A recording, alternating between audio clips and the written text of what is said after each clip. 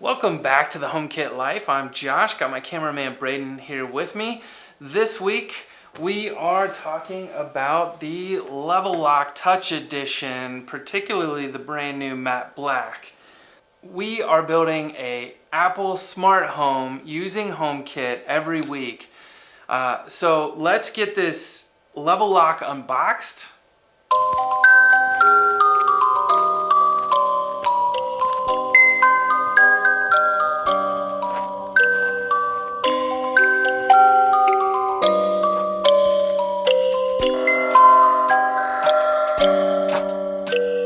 Alright, now that we've got it unboxed, we are going to go upstairs and get it installed. It's going to go in. We had a brand new door installed, and they actually just, I told them don't even install the lock. They just shoved some fiberglass insulation in there, and it's just been waiting. So let's get that out and get this thing installed.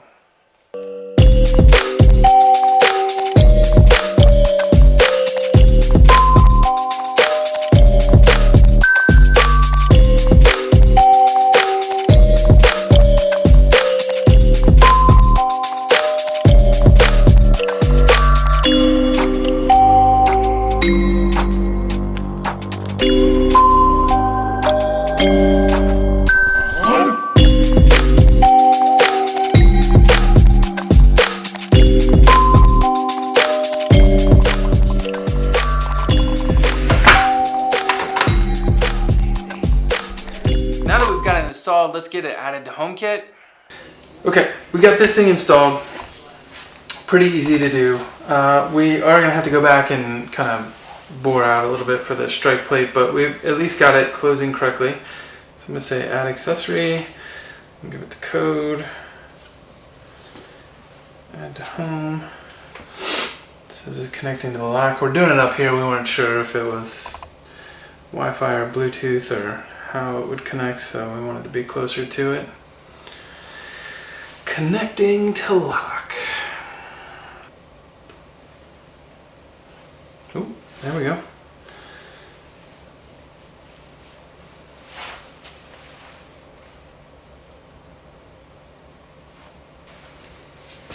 Just go to the room itself.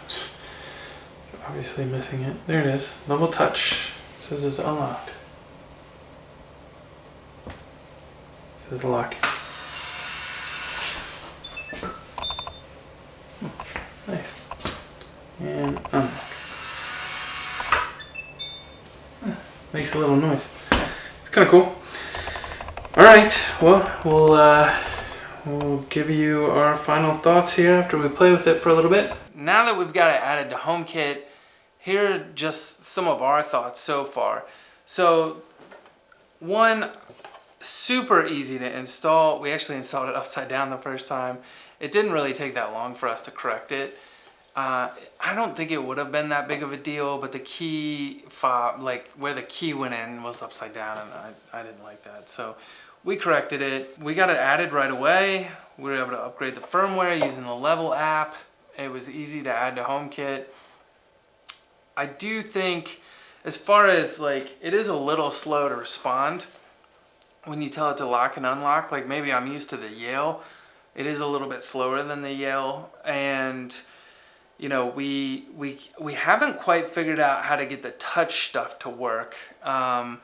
So I don't want to give Level access to my location all the time, and that's how the touch works on the door. But one of the things is that it comes with an NFC reader as well, and we did add a card, and you scan it on your phone and get the card set up, but then I don't know. You know what? Now that I'm thinking about it, I wonder if you just tap it to your phone to unlock. Maybe. Yeah.